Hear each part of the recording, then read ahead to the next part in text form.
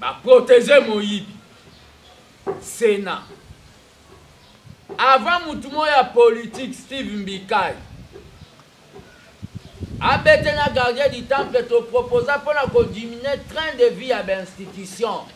Il fallait pas supprimer au babengi Sénat ndenge za na Gambie ndenge za na Ghana na bamboka ndeli na ebitele balobaka première lecture deuxième lecture soki ba oya abala bazoba ya kuna nde bala maeli na yeba tina na ngoti eza babengi gabeji ya mbongo dépense à pamba toyebi soki aza héritier batikela ta immeuble lokola ya vieux somida oya mate vieux somida uta ya azala héritier te azwa na ndenge na matata mpona zimbongo na biso apa ba makamno ya bankalisation otokoya olandele na makambo mususu ya vieux kweyaki ya bimi o babengi rescapé. Maintenant, on va contrôler même na HJ to na 51. Matata Mponyo, ba sénateur, ceux qui ont la chambre des sages, ba bandi bisono ba gymnastique juridique. Yakolo ba été au cours de cassation. Pour te comprendre ma kambango bien te cours de cassation il fallait koma oye koma babilo kwane ambriaka biso ok biso tozi abakanga Moyibi ya mbongo na biso amasango baye kokota babandi ba débat lokola basala ba part protéger nga po yolobi ekokwela yo parti basala na assemblée na bango wana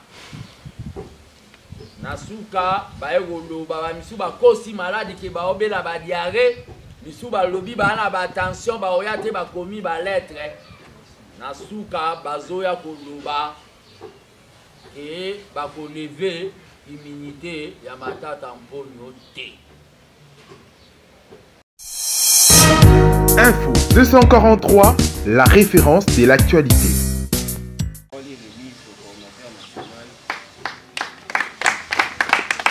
Viva! Viva!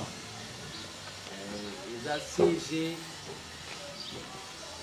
Monga, l'actuel CG à ABT. Nenga uta koloba beaucoup ya batu bayaki na ABT pour que soit qui pouvoir bazwa ba poste. Mais babosa na yo ba dit que politique et l'équipe danga capé na passe. Bazongela ba cop na bango ya cabine bazongela ki ba porteur pe bazongela ba cop na bango kandenge Thomas Sankara lobaka les faibles tomberont et les durs resteront et va continuer chemin ABT viva Viva! de l'autre ozana ba bengi double activité c'est-à-dire nous avons une messe patriotique na biso auto to banda ikosala avant la pandémie et nous avons une communication na presse na bandeko na biso pour to sali ba bengi pont ouvert na presse pour mamba politique et sera des questions to ko bandeko na biso journaliste ta mingi pour mambo to lo balelo et sengele kotara lelo ABT viva Viva! na mwa eti ABT na viva na ya batu basi baleli ABT viva Viva! nazo remercier d'abord Babatissé Tshisekedi et tout bureau politique ya ABT o bazo accompagner ngai na ndenge yo chef ta basalaki analyse moko objective en rapport na makambo etali la fameuse loi ya Noël Tchani sur la congolité. Comme d'habitude, comme d'hab, Je remercie Bino parce que vous êtes vraiment un mouvement et une association prophétique, c'est-à-dire bozomona makambo ndenge batu misu bazomona te mais toujours l'intérêt ya République pe ya mokonzi ya mboka. Quand tout le monde na ba réseaux sociaux bazalaki nao babengi Mwanzuzi des pères et des mères congolais, Mwamboui des pères et des mères congolais, moi Bakanja des pères et des mères congolais, moi Moutombo ou Kapend des pères et des mères congolais, moi Amouri des pères et des mères congolais, mais ABT tu as eu qu'on lever équivoque. C'est pour cela Kennedy, l'un des présidents des États-Unis, a l'oba que le courage c'est un don de Dieu. Nous avons levé équivoque. Il y a que loi sur la congolité, on a priorité. Loi sur la congolité, il faut fragiliser l'union sacrée. Loi sur la congolité, il faut kikoya, il faut bimaneti fatia zobanga, X ou Y, na béchéance il y a 2023. Loi sur la congolité, wana. Et ça peut-être pour la Moutoumoko, et ça peut-être pour Bandi Mayo. Loi sur la congolité, et ça propagande, peut-être il y a un tel compositeur Nango, sans les d'énergie belé, Bataxa Ibiso de Katumi, Bataxa Ibiso, c'est le mot Katumi. Mais là-bas, c'est des Katumbistes, qui battent Katumbi. Mais ndenge Tshisekedi le père awa bomoni eza armée de bâtisseurs tshisekidistes biso toa ba fatiste te ndenge biso toza ba tshisekidiste po fati ye mo aza na kati ya Tshisekedi soki eza bongo mibeteli mabosi. Nous sommes les tshisekidistes, donc d'autres personnes na makambu na loba. Et bien, Tshisekedi toko kundango muko pouvoir toko zwango ya mobimba. Biso ba démocrate salama. Mariage à FCC kacheza mariage Angeluna Demon et salama. Ba tebele ba benga prophète politique. Et quand j'ai parlé à un prophète, non, il y a l'église à l'élo. Un prophète nasera Nzambe, nasera l'Ancien Testament à Jacob. Abanda kwa kopesa ba tukaka message ya bien qui. Akoya oye biso ke na masumo yo salaki yeba ke mikolomi eza ya otanga. Un prophète akolo baga marambo ezo sepekisa binote na lo baga marambo ezo sepekisa pe. L'Ertolobi yango quelques jours plus tard, Peter Kazadi, l'un des membres à UDPS, influent, a lobby que c'est un débat militant. A lobby que le président de la République va gagner les élections dans le normal. C'est que Bissoto Sitoloba. Quelques jours plus tard, le secrétaire général AI, il y a eu des personnes Augustin Kabouya. Il y a eu que l'UDPS n'est pas concerné dans la proposition de Noël Tchani. Quelques jours plus tard, le président de la République, Aigle Fati, a eu qu'est-ce que des pères et des mères nous ont légué, à part nous plonger dans la gouffre.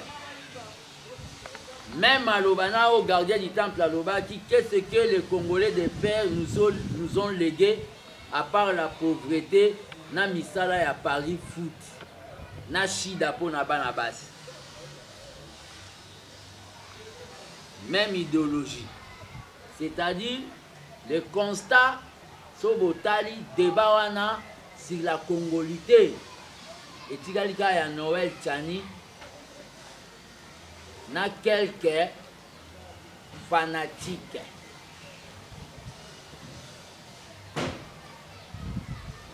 Sans oublier, on doit laisser le dire, ba fanatique misusu, bato basa politique ya haine.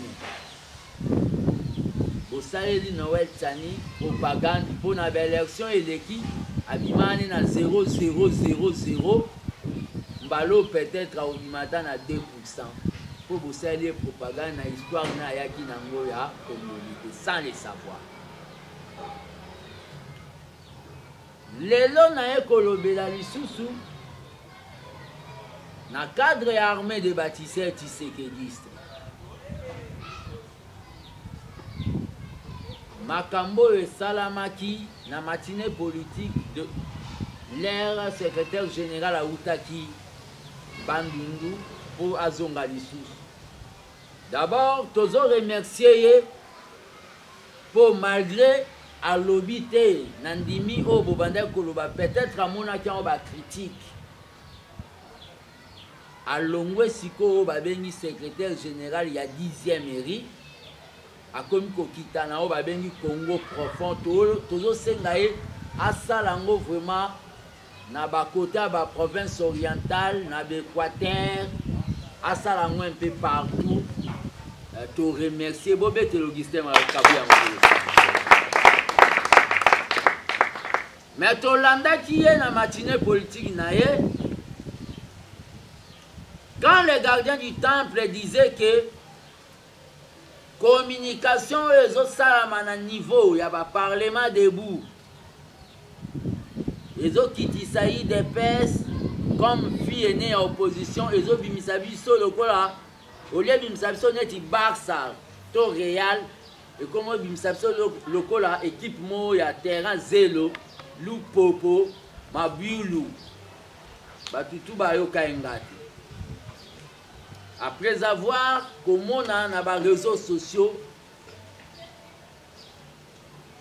d'autres, entre guillemets, par présent parlement de il y a 100 jours, il y a quand nous avons pris le pouvoir, qu'on nous a pas bêtises, qu'on finit en insanité, qu'on finit en abasia batou, qu'on finit en ababengi na biso. Et le secrétaire général était interpellé par le président Ayaï Kolobalango. Alors que les états généraux, il y a eu des pèses, il y a des parlementaires debout. Et Sengeli et Salama, pour nous réglementer un peu, pour qui est parlementaire debout, pour la Moukapé comment un parlement debout, hein, qui n'est pas parlementaire debout, l'œil du peuple, il y a eu des pères. Abete viva. Viva. Mais là, comment on te déplorer? Et ça, on va bien fuite en avance. Il y a secrétaire général, il y a eu des pères. Pour nous, j'ai eu la lumière. À Taxa Gibiso. A même il va propos moro balobi ba propos ya propagande ka kopesa ba combattant misala. À ma grande surprise na yaki ko regretter le secrétaire général Nantes aussi si mandat à 50 ans. A ça une déclaration ya koloba to bunda il pona le peuple d'abord non pona ba combattant d'abord. Et ça fuite en avance. C'est-à-dire et zalaka ba discours moko démagogique ya kokosa ba combattant po ba avanda na kiti po le loya o wanga na keto koloba keto bundaka pour le peuple d'abord non pour le combattant d'abord. Na ko répondre que la charité bien ordonnée commence par soi-même. Ce sont les gens qui maîtrisent les programmes du peuple d'abord nde sengeli baza na bukonzi po basala ngo bien. Baya wenge bafana ba soi-disant ba diaspora ya Costa Rica na Venezuela na poto bazalaka na mpiaka po ba combattant ya diaspora solo toyebi bango mais ba o ba uta ba Colombie ba Venezuela ba combattant wana kuna na diaspora bazalaki na bango na Château Rouge ko baye ba whisky. L'air baillé bakoti na cadre o ya balobi pouvoir le peuple d'abord. Attendez-vous ba otika osa eloko. Azana nous fa récupérer ba retara tonga neti la mer Mende. C'est pour cela bo mona ba bavir misusu ezo salama na bato baza en majorité entre guillemets bauta soki ba diaspora. Ok, biso toyebi ba diaspora o bazalaka na mikili. O ba soutenir biso ba fils mukoko. So mutu mso akoti atali garde robe aloba mutu asalaka. O ba yeba ba pointure ya fils mukoko toyebi o ba ndeko tindela fils mukoko ba mbongo ba argent de poche ya mai toyebi bango ba papier nyonso ya ba agence ya Western Union na kosa publicité te to monnaie gram na bombango banda Tshisekedi le père Tilelo na bombango pona kanisa batu wana. Mais ba o ba ya wenge ba fana. Aujourd'hui venir dire que nous n'avons pas lutté pour ça les combattants d'abord, ça c'est une fuite en avance. C'est ce qui prouve noir sur blanc qu'on a pris les combattants comme ba brouette. Ba memeli bango ba brique, ba tongindaku, bango ba koti na kati, ba lali. Brouette etika libande comme Polambo. Ba combattant est passé. Massamba est passé. Il est l'unique secrétaire général au Abima sans conflit. Mavungu est passé. Kaboun passera. Malheur aux combattants.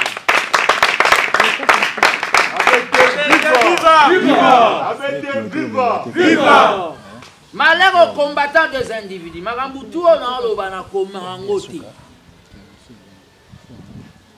L'air n'a bengi réunion ya mes patriotiques. Les messieurs que toi tu soutiens aujourd'hui, au PCNA ba combo kili. Yenda recruteur on a eu de peste. C'est pour cela qu'on a eu ça batu oyo baloba ke non ndenge za boye olongwa boye. Ba ke la musa muto azwanga na âge na za minera meminga na mambo politique ba la musa kwa longolanga. Abete viva. Viva. Tiba ko kendo la musa Tshisekedi je reste secrétaire national chargé à mobilisation.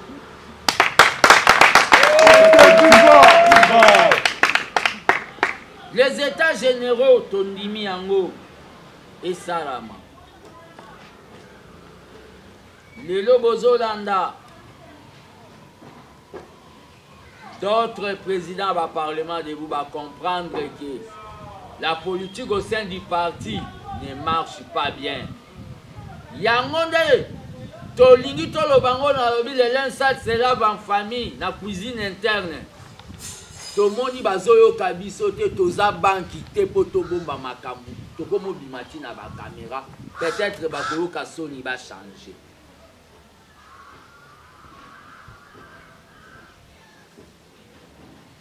Le régime Kabila pona kokota siko na ba makambu oyo na bengeli bino lelo na mes patriotique. Pendant 18 ans ya régime Kabila balia bakotisa na ba poche na bango plus de 429 milliards de dollars américains. 400 naobi francs congolais te to francs CFA te 429 milliards oyo bakabiliste ba détourna.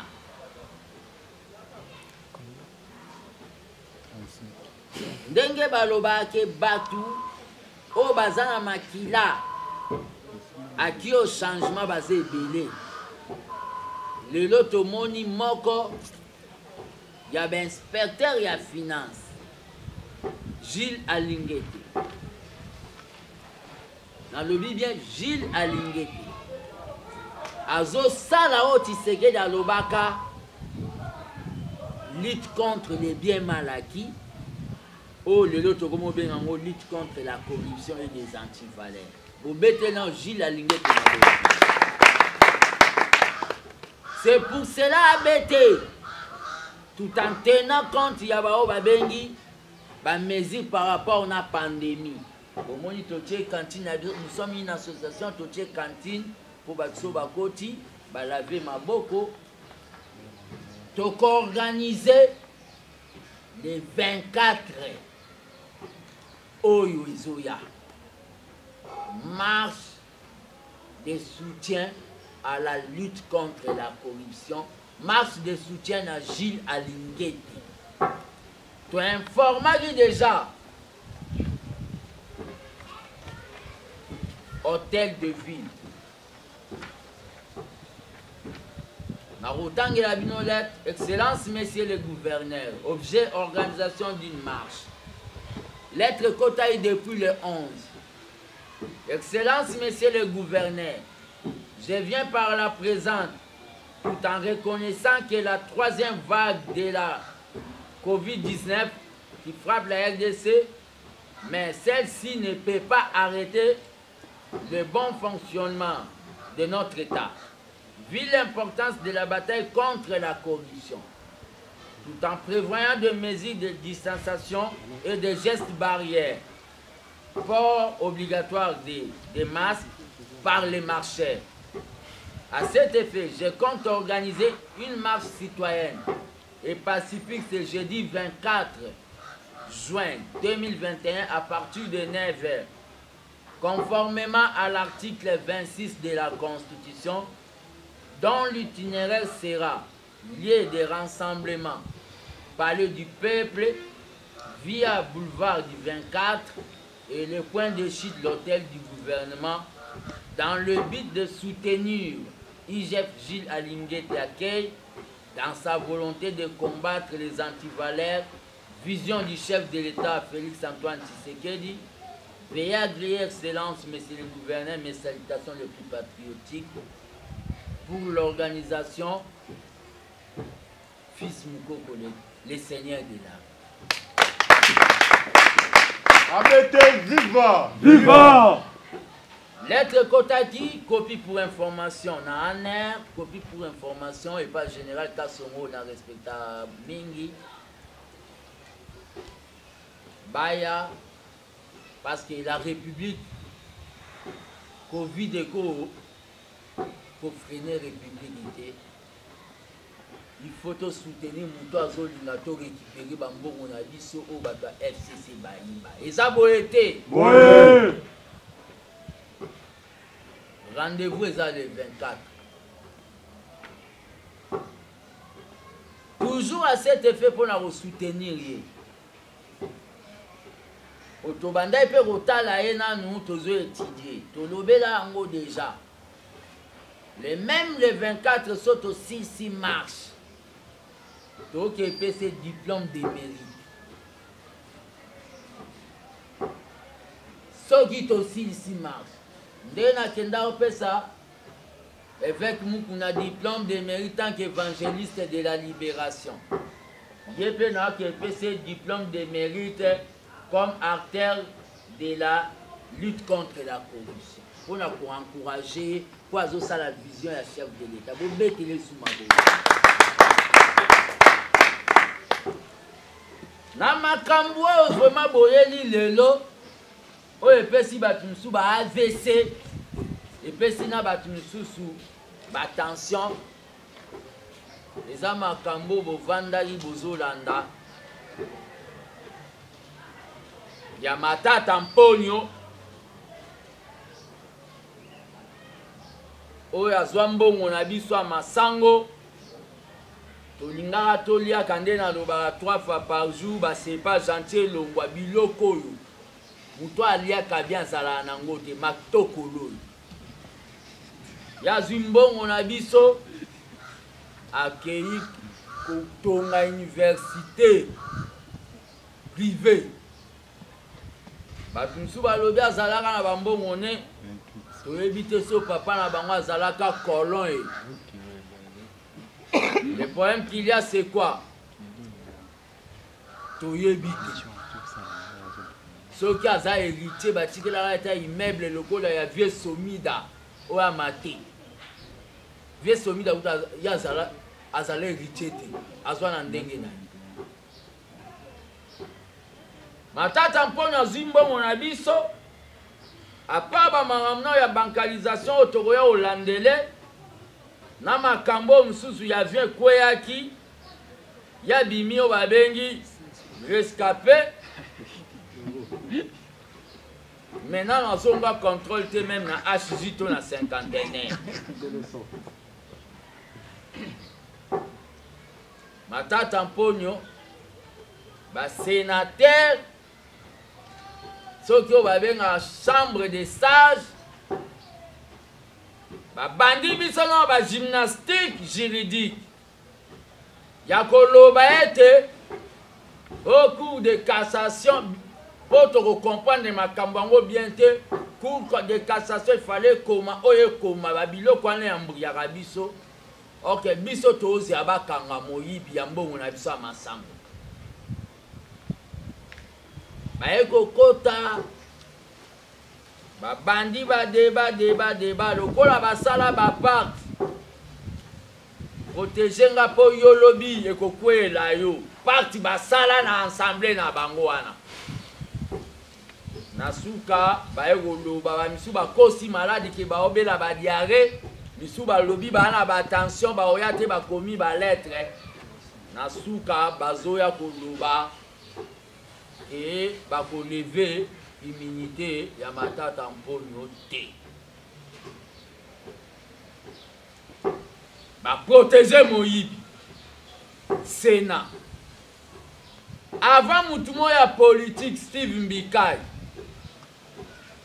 abete na gardien du temple te proposa pour na diminuer train de vie à l'institution il fallait ba supprimer au babengi Sénat ndenge za na Gambie ndenge za na Ghana na ba mboka ndele na ebitele balobaka première lecture deuxième lecture soki ba oya abala bazoba ya kuna nde bala maeli na yeba tina na ngoti eza babengi gabeji ya mbongo dépense à pamba biso tolobela yango avant Steve Mbikai bomi beta suma lokola Sénat bakwei na pula biso abete viva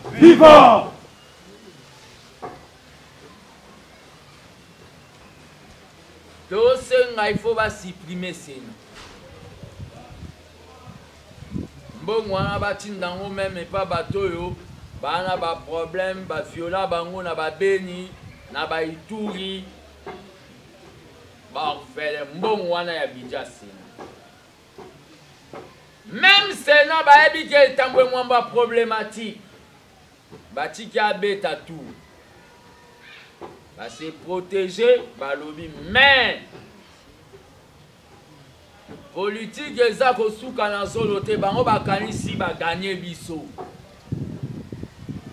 nazoya ko informer bino ke basali ba bengi mauvaise interprétation ya article 107 ya constitution balobi boy on parle des infractions commises dans l'exercice des fonctions du sénateur ou d'un député. Mais ici, pour le cas de Matata Mponyo, oyo Congo koko mele Matata, poto tiketi. Kimoyibi oya salaki na bukangalo zona mbongo na biso. Ezalaki l'air azalaki sénateur. L'air azot sala o babengi musala comme premier ministre. Yango nde bazolanda makambo etali ba sénateur te. Yango nde nazoloba boy. PG a saisi déjà Cour constitutionnelle. A saisir pe sous babengi Cour de cassation. Faut ba lever vote à Bantokiwana, Batongola miso à ba sénateur. Bozolinga mobondo à ba combattre la bino d'abord na ba âge na bino ya ba bolikango. Ba âge à ba vieillard. Bobela ba attention ba prostate. Beaucoup fait la biso sans couteau simba bino na Sénat.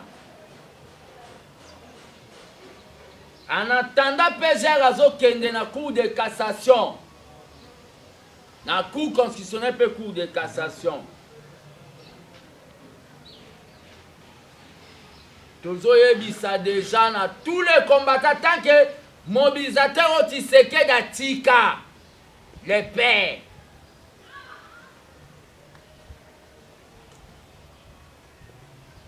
sénateur a commis ennemi na biso peuple congolais eza boye te basénateur bakomi baennemi na biso Tom et Jerry mpuku nani awa toyebisa bino deja ndenge wana po bosakani na biso na matière oyo na bambongo na bino boliaki kuna ya masango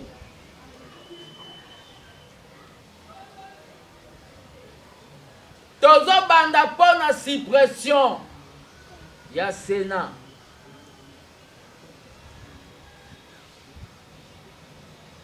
baza bavoler bazoprotege moyibi ya matata mponi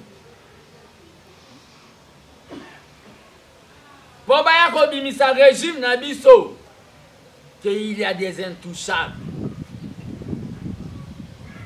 Dans ce pays, tout le monde est touchable. Même le président de la République, sauf le peuple qui n'est pas touchable. Oui. C'est seulement le peuple qui est intouchable. Même Fati soit à Ibi.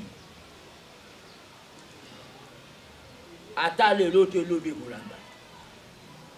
C'est ça l'état des droits. Même Kabila ndenga zana ndenga yiba biso soki 400 na régime na ye ayiba biso 429 milliards ata kufi poto sambela akufa ata okufa. Amen. Toko condamné ye na tombeau mais to kati to condamné ndenga zana azana 30 ans de prison mais akufa déjà. Amen, viva! Viva! Bon.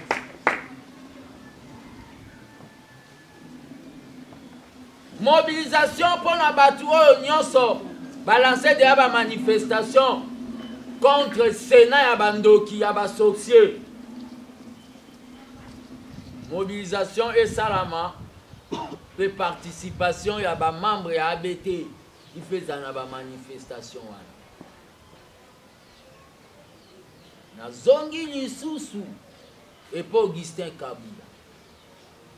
Toujours en réitérant la félicitation nanga Nandenge a comme kita quand même dans la province. Na yoka qui est pour la côte à permanence té.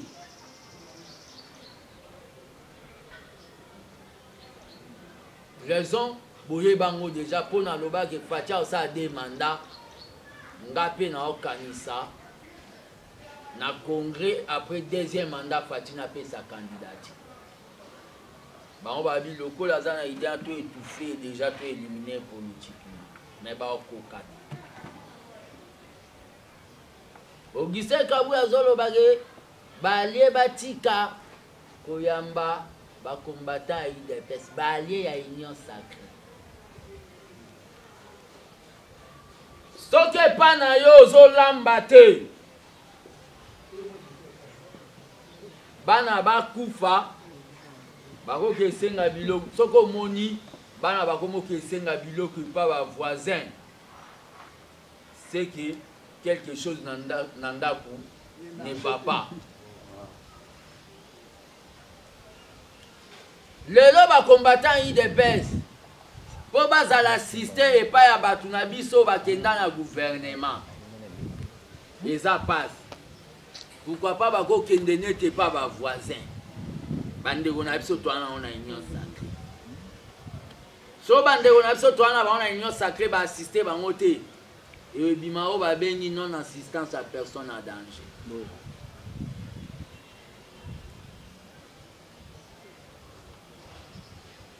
Pesa ba combattant misala ndengo prometaka bango na ba multiples matinées politiques na yo yo mi komisaki agence de l'emploi pesa bango misala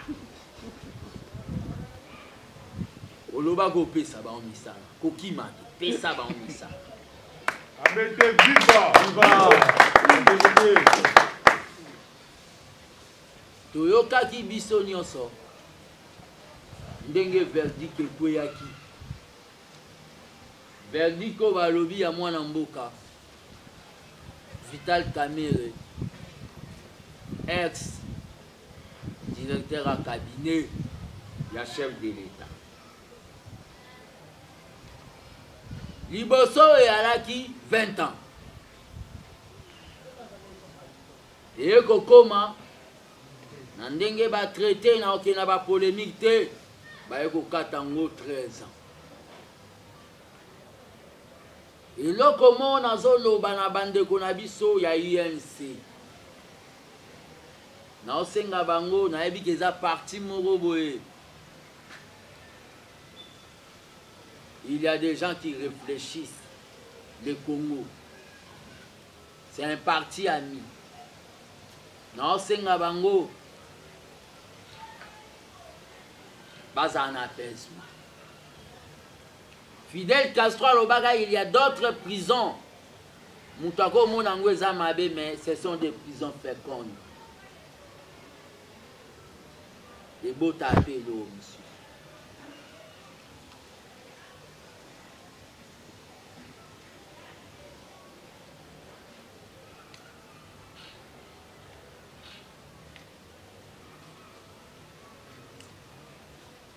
Babi pesa mingi na o babengi prière. Parce que dans la prière, l'impossible est pas nzambe. Ils ont raté.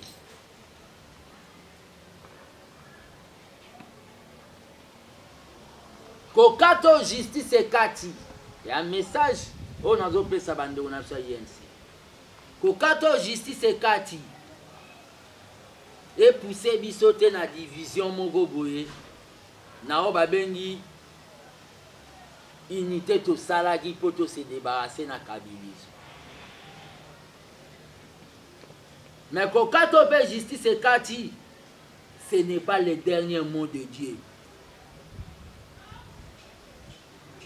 Ce n'est pas le dernier mot de Dieu. Nzambe pe ba forçaka ete aluba liloba na parce qu'il est souverain. Réponse au na koloba na bande ko na biso ya INC ya mwana. Viva!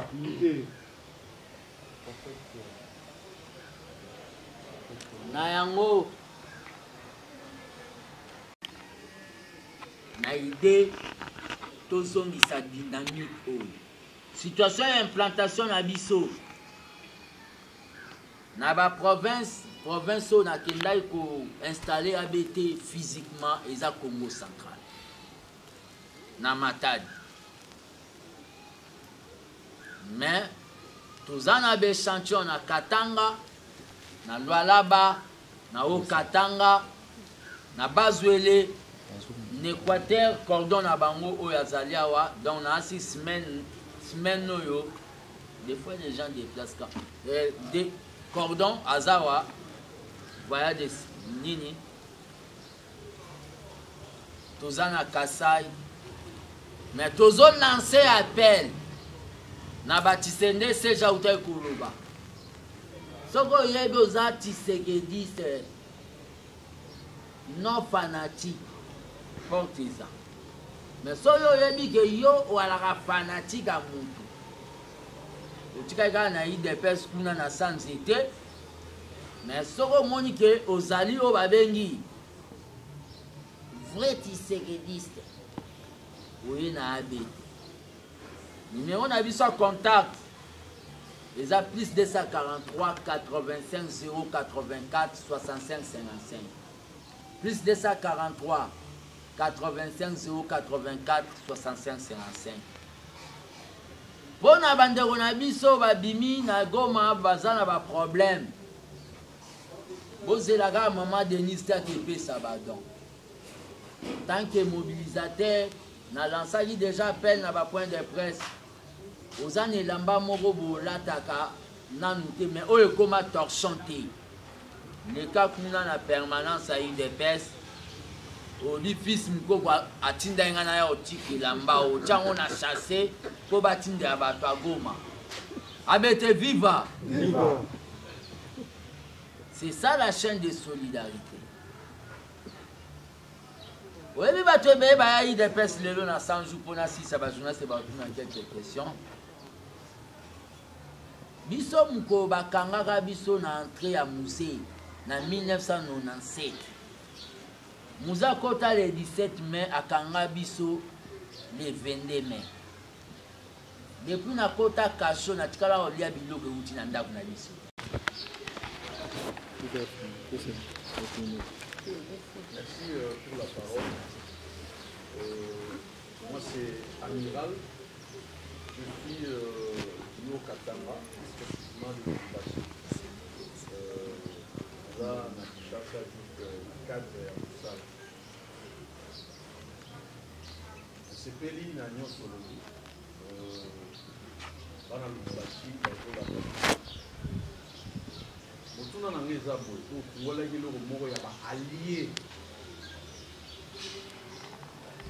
Et okokende ba komisa bino te mokende vers ba allié mpona kozwa mwa lisumu. Fils Mukoko oza bien consommé na Lubumbashi par rapport ya ba ide oyo opesaka.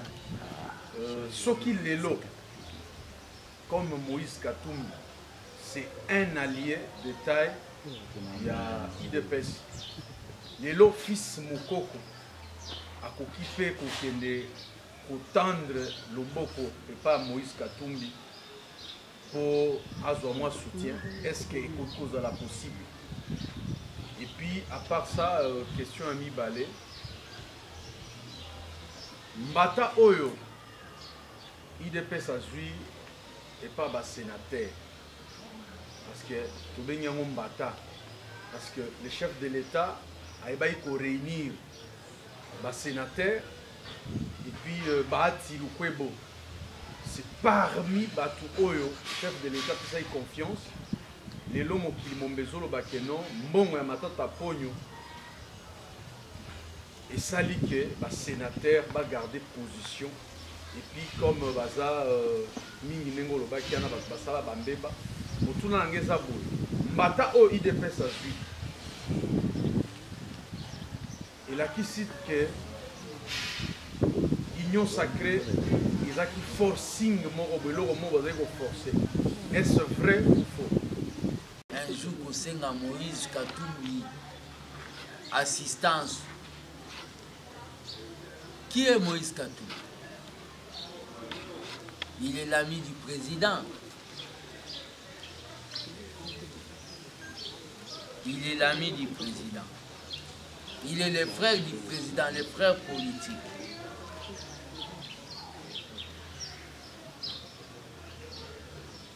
Le président de la République m'assiste.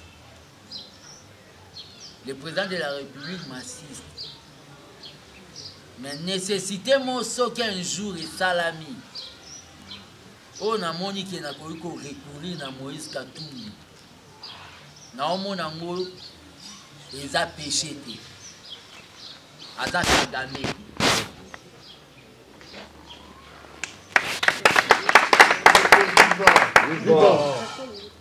Aza Kagame. Mais ce qui est, à Goussande Balubaka, quand la main droite donne, ce n'est pas bien que la main gauche sache Wande vous allez bien. Mais mingi mingi pe na lingana au sengate. Na lingande ko senga ba politicien te. Pe ba yebi yango. Na lingana senga ba politicien te pona nini? Pona za na indépendance d'esprit. Po mukolo sa agave na papa yo. Na papola yo na gifle yo. Abete viva. Viva.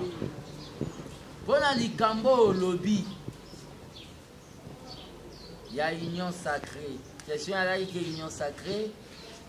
Il y a la forcing. L'union sacrée à la forcing T. Mais au yebi que patumi sous la société va venir on va conservateur. bazana nao babengi basekele ya kindakati nazo revele bino ke basala yango arrangement wana mokolo yango debe à la publicité basala yango na chambre haute mpe na chambre basse ke likambo ya député moko soki azwi problème leve ya immunité ezala te po ekokwela na revele bino yango eza arrangement basala c'est qu'il faut toi arriver donc kwesa sénat Steve Mbikai azosala makambo na ye mpona suppression ya sénat eza na cadre ya baconflit na bango ya AFDC ye allié mais nga nalansaka makambo ya suppression ya sénat na cadre ya économie ya finance depuis longtemps. Union sacrée Zali. Je remercie, je salue tous les amis à Katanga. Surtout il y a parlement début à Machibesha. Nzamba au salle un jour non rien. Mais n'a aussi saté en saluant Bato à Katanga sans saluer l'un de nos pères fondateurs. Où ils ababent à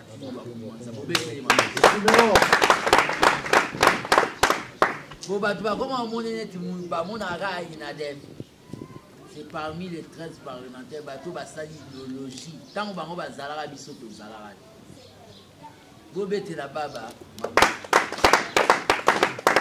Moïse Katumbi c'est un frère ce qui nécessité nakosenga ye elobi teke nakosenga mais nasenga rarement fils mokoko est supporté par oyo babengi bakombata ya diaspora oyo baboyaka oyo lem so batikaka bafamille na bango me batindeli ata $10 po alambata na pembe na Thompson. Question.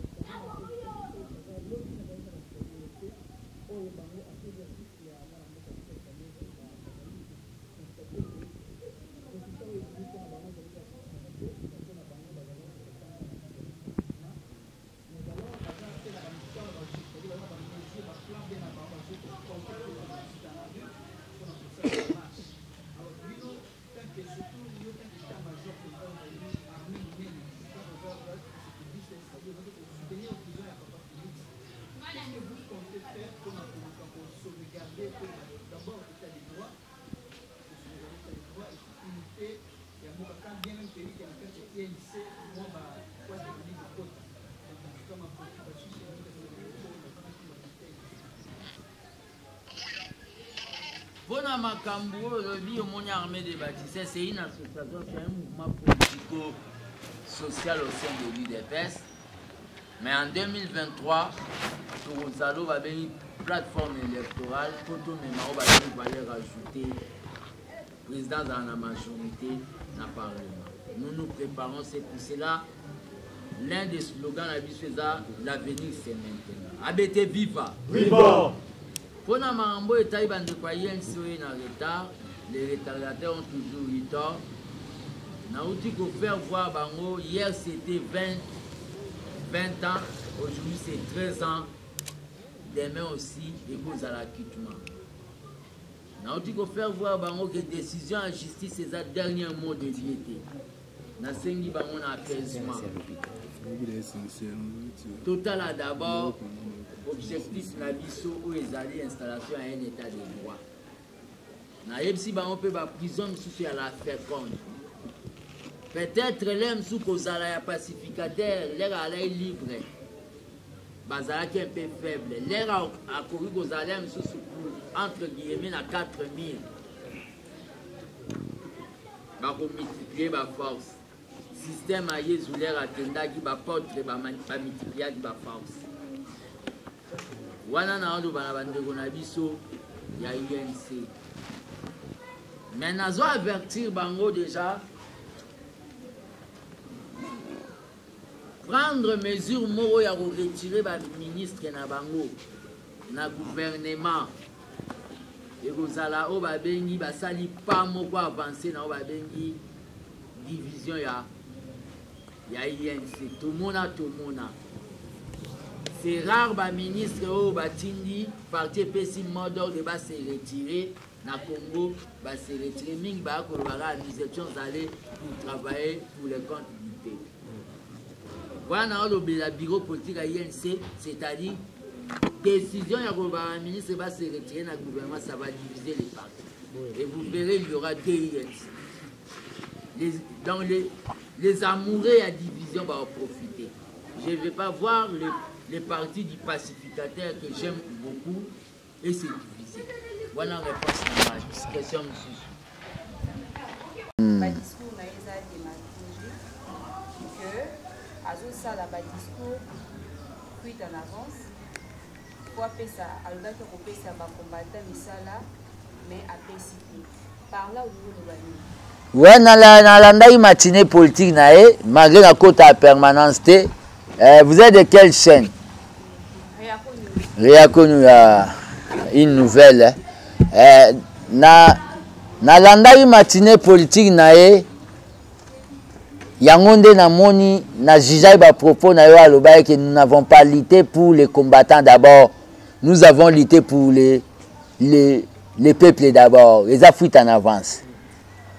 Bino boza radio te boza na ba image oyo à plusieurs fois promettant ba combattants au pe ça ba misala. Yepe mutaya na histoire à 70%. Si on a 650, que nous n'avons pas lutté. Nous avons des combattants qui sont à 4 à 4 000, esprit moi kanga bango, mémoire nazo ebate. Il y a des choses aujourd'hui, les gens de province m'appellent que combat ngo ya IDPS bosala ngo ka na Kinshasa. Or qu'il y a des gens plus combattants. Un jour, nous étions avec Jean-Marc Kaboun, le vice-président de l'Assemblée.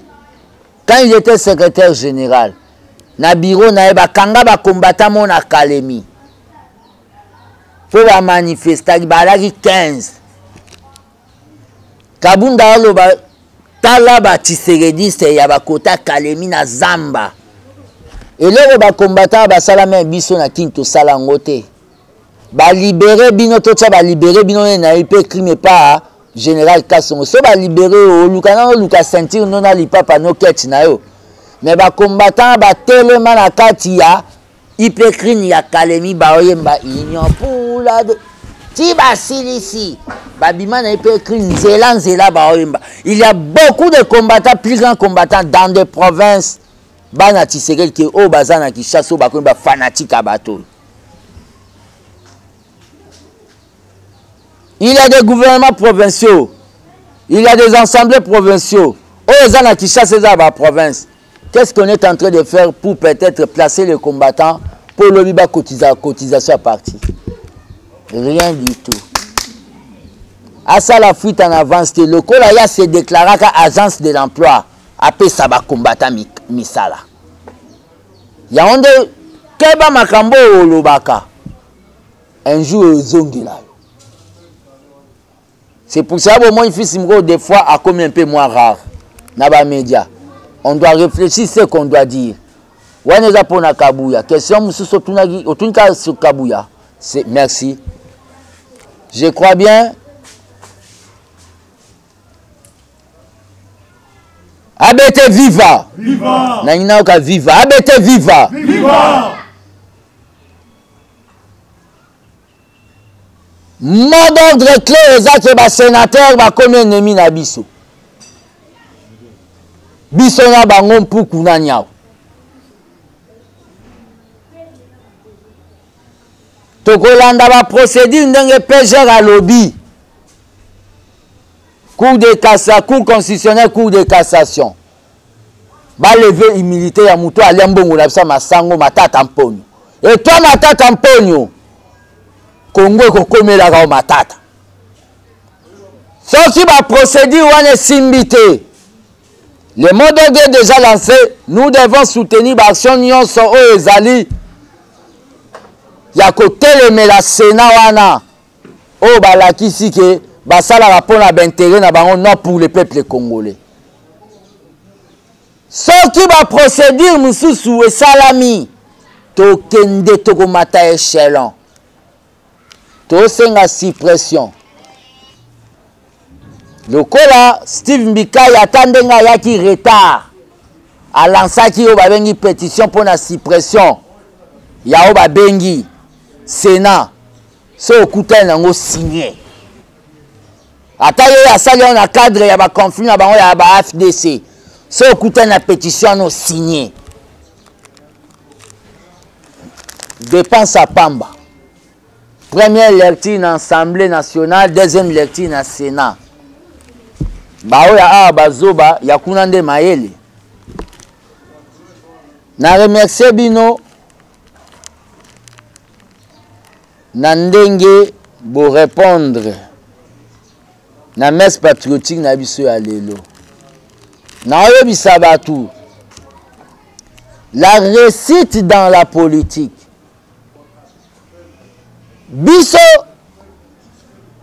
batu misu tozo babenga nzeta okauka nzeta mubesu toza étouffé to mener vie moko neti ka pendant l'opposition ebongo yo nzete ya okauka parce que nga naza parmi bato Tshisekedi atiela maboko avant kufa nde mona Fati nde mona Kabunde mais toza kaka tozo résister le leçon est simbité je continue toujours Mama Sarah Leka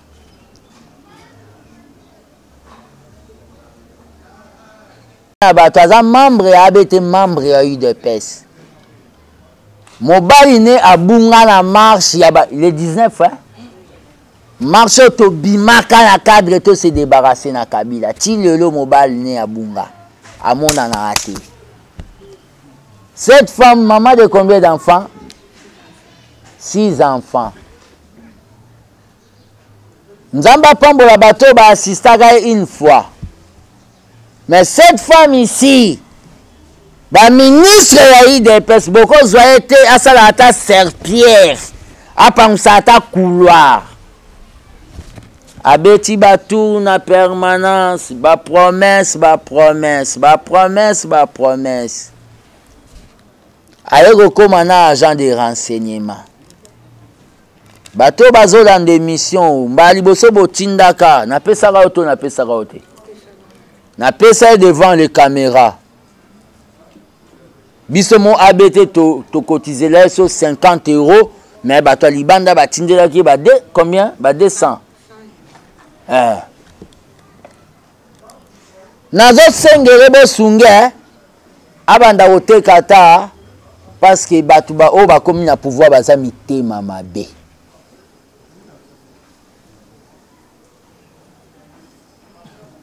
Bando na ngai bole mbate bo batele to komi na pouvoir.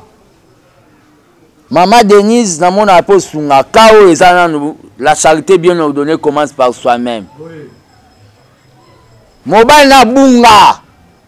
To ebito so matali koyo so akenda na fleuve so na banganda kingakati abunga ti lelo.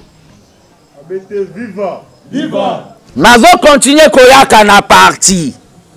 5 € aussi là. Nga pe na mbongo te na sala raté gardien du temple. Na lancer bino ba congolais. Boyebi nga so bopesi na komisaka. Bopesa ya combattant mo ya parlement de bois CP. Afongo ya ligablo bomona nde na pesa. Bambongo na bino ya Fati $1 bomona nde na pesa. bopesa ya papa mo na parlement debout ya lokele basunge mpo na opération ya nini ya genou bomona yango